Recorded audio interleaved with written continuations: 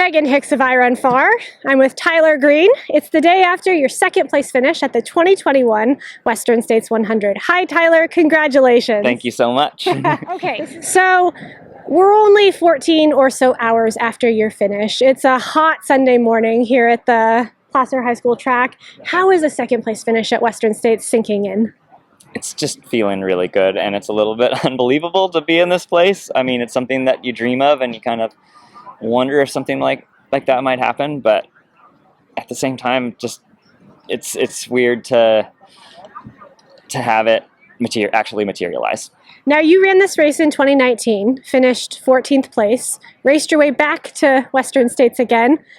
You wanted to do better, didn't you? I definitely did. Yeah, I felt like first time around was just soaking in the experience, and honestly I had a race plan that was probably kind of meant for a hot year, and it wasn't a hot year. And the race got away from me very, very quickly. Kind of started in like 30th and moved my way up to 14th, which I was happy with, but knew that I could improve upon that. You said a few minutes ago that you started a bit more aggressively this year than previous years, but also in my mind it seemed conservative compared to what the guys at the front of the pack were doing. Yeah, I felt like it was appropriate. I mean, there's one point where I stopped and tied my shoe going up the escarpment just to make sure that everything was in place and stuff. I mean, my shoe was tied, but just I wanted to adjust some things. But I knew that it was going out fast, and I sat back with Patrick Reagan and we were chatting. And it's okay, we're in a good place. This was a hot year in comparison to 2019, which was a, rather warm year, something like that. How did the conditions on the ground in the canyons feel to you? I have to give major credit to my crew. They kept me so cool, and I honestly feel like that was one of the biggest the keys to a successful run. It was just how cool can I stay, and how cool-headed also can I stay within the canyons, for instance, of just you don't need to push this right now. In fact, as we were going into the canyons, I thought, I'm just going to really pull back here and kind of check my heart rate, make sure it's staying low, and get cool as much as possible as well. Speaking of getting cool, you were fashioning a pretty interesting ice vest. Can you tell us about it? That was just something I think that Nike provided us. It had it has two ice packs in the front and two in the front, two in the back. And my coach at the bottom of Bath Road, we put that on, just to kind of have a longer period of cooling, to the point where at Forest Hill I was legitimately cold, and actually I'm a little too cold now. Really? Yes. Oh, that's a good problem to have. Yeah, good place to be.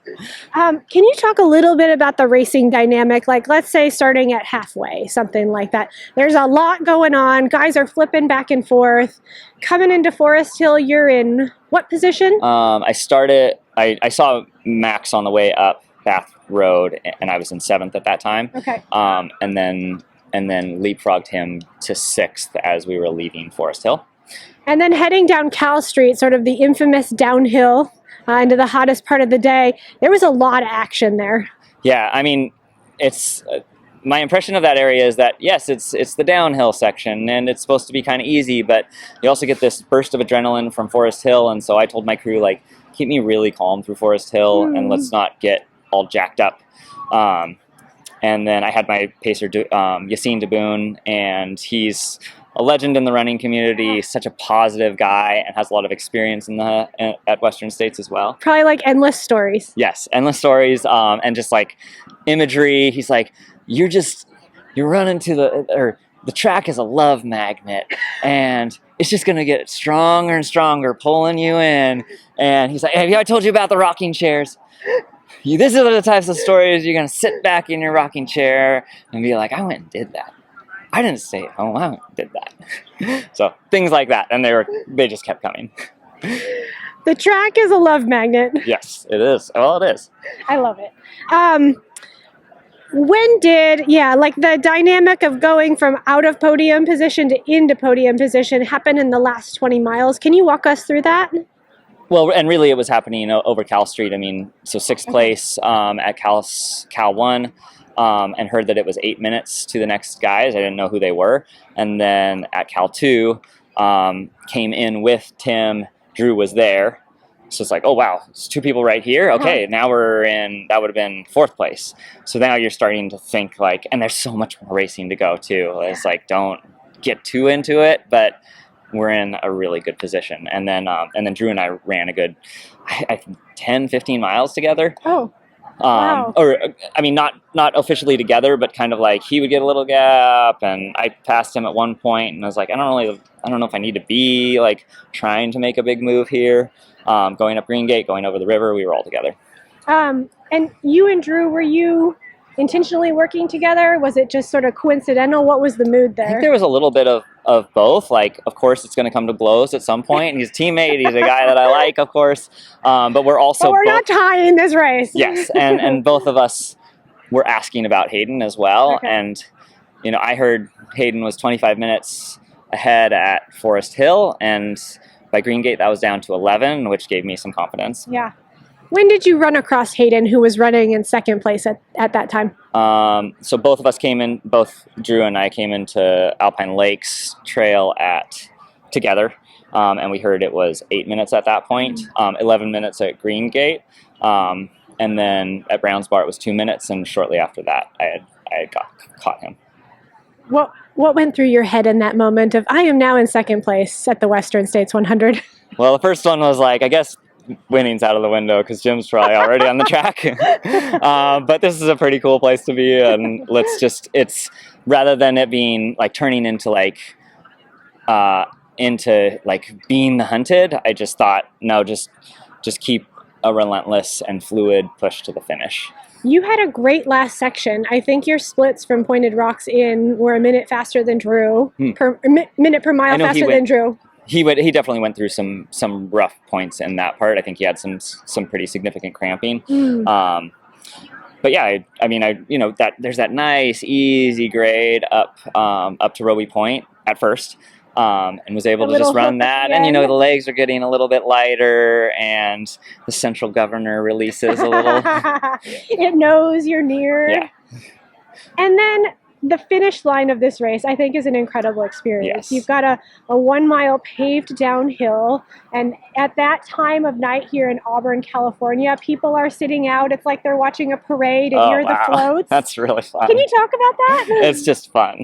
And to be, I think when it's at its height, yeah, that was really cool. Those are the moments that you've got to just absolutely savor. And like, it's not about being there at the finish line, it's about being right here in this moment and just soaking it in.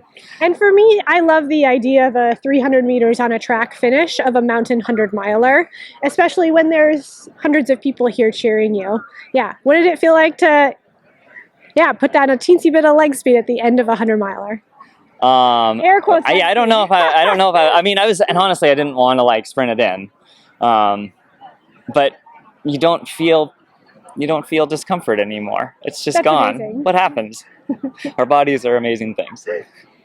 You finished 2nd at Western States. You earn an M2 bib for the 2022 race if you want it. I realize you're just a few hours after finishing this race. Are you thinking about it?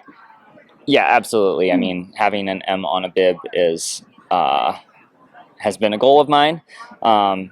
And to finish in the top 10 at all has been a goal of mine.